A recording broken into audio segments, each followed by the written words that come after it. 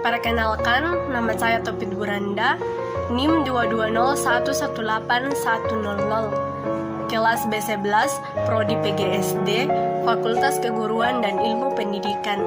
Di sini saya akan memaparkan materi tentang lupa, kejenuhan, dan transfer dalam belajar. Materi yang pertama yaitu lupa dalam belajar, merupakan hilangnya kemampuan untuk menyebutkan atau memproduksi kembali apa yang sebelumnya telah dipelajari. Faktor-faktor penyebab lupa dalam belajar yang pertama yaitu gangguan konflik antara item-item informasi atau materi yang ada dalam sistem memori siswa. Yang kedua, adanya tekanan terhadap item yang telah ada baik sengaja ataupun tidak.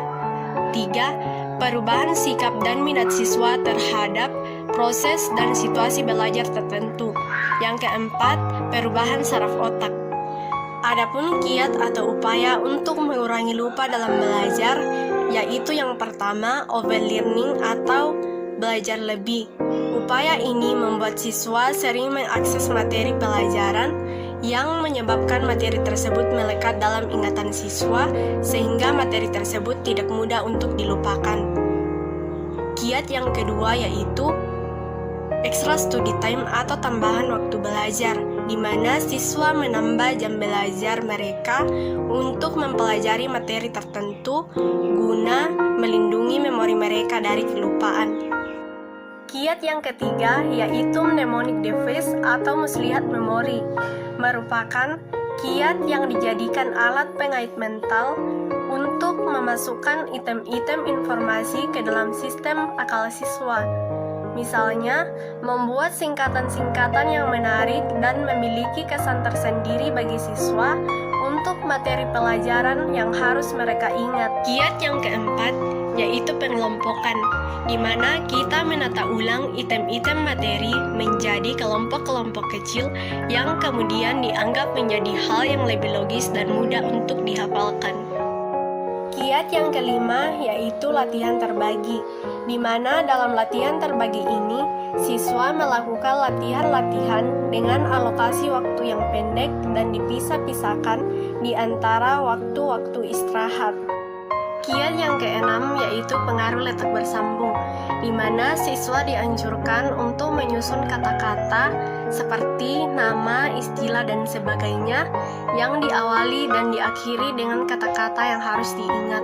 Kata-kata yang harus diingat siswa tersebut sebaiknya ditulis dengan huruf dan warna yang mencolok agar tampak sangat berbeda dari kata-kata yang lainnya yang tidak perlu untuk diingat. Dengan demikian, kata yang ditulis pada awal dan akhir daftar tersebut memiliki kesan tersendiri dan diharapkan dapat melekat erat dalam subsistem akal permanen siswa. Materi yang kedua yaitu kejenuhan dalam belajar, merupakan rentang waktu yang digunakan untuk belajar tetapi tidak mendatangkan hasil. Seorang siswa yang mengalami kejenuhan dalam belajar merasa seakan-akan pengetahuan dan kecakapan yang diperoleh dari belajar tidak ada kemajuan. Faktor-faktor penyebab kejenuhan dalam belajar yang pertama yaitu kecemasan siswa terhadap dampak negatif yang ditimbulkan oleh keletihan itu sendiri. Yang kedua, kecemasan siswa terhadap standar atau patokan keberhasilan di bidang-bidang studi tertentu yang dianggap terlalu tinggi, terutama ketika siswa tersebut sedang merasa bosan untuk mempelajari bidang-bidang studi tadi. Yang ketiga, siswa berada di tengah-tengah situasi kompetitif yang ketat dan menuntut lebih banyak kerja intelek yang berat. Yang keempat yaitu, siswa mempercayai konsep kinerja akademik yang optimum, sedangkan dia sendiri menilai belajarnya sendiri hanya berdasarkan ketentuan yang ia buat sendiri atau self-imposed.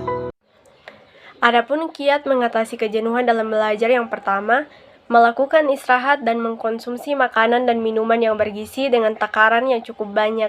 2. Pengubahan atau penjadwalan kembali jam-jam dari hari-hari belajar yang dianggap lebih memungkinkan siswa untuk belajar lebih giat. Berikan motivasi dan stimulasi baru agar siswa merasa terdorong untuk belajar lebih giat daripada sebelumnya. Materi yang ketiga yaitu transfer dalam belajar. Lazim disebut dengan transfer belajar atau transfer of learning, mengandung arti memindahkan keterampilan hasil belajar dari satu situasi ke situasi lainnya. Jenis-jenis transfer dalam belajar yang pertama, transfer positif.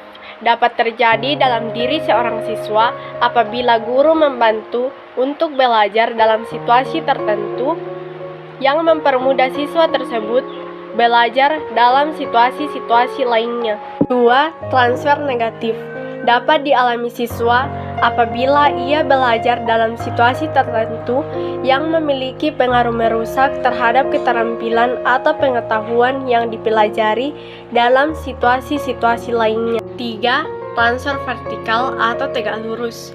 Dapat terjadi dalam diri seorang siswa apabila pelajaran yang telah dipelajari dalam situasi tertentu membantu siswa tersebut dalam menguasai pengetahuan atau keterampilan yang lebih tinggi atau rumit. 4. Transfer lateral atau ke arah samping. Dapat terjadi dalam diri seorang siswa apabila ia mampu menggunakan materi yang telah dipelajarinya untuk mempelajari materi yang sama kerumitannya dalam situasi-situasi yang lain. Transfer positif dalam belajar dapat terjadi apabila situasi belajar siswa dibuat sama atau mirip dengan situasi sehari-hari yang akan ditempati siswa tersebut kelak dalam mengaplikasikan pengetahuan dan keterampilan yang telah ia pelajari di sekolah. Transfer positif dalam belajar dapat terjadi apabila situasi belajar siswa dibuat sama atau mirip dengan situasi sehari-hari yang akan ditempati siswa tersebut kelak dalam mengaplikasikan pengetahuan dan keterampilan yang telah ia pelajari di sekolah. Sekian video saya tentang materi lupa, kejenuhan, dan transfer belajar. Kurang lebihnya mohon dimaafkan. Sekian dan terima kasih.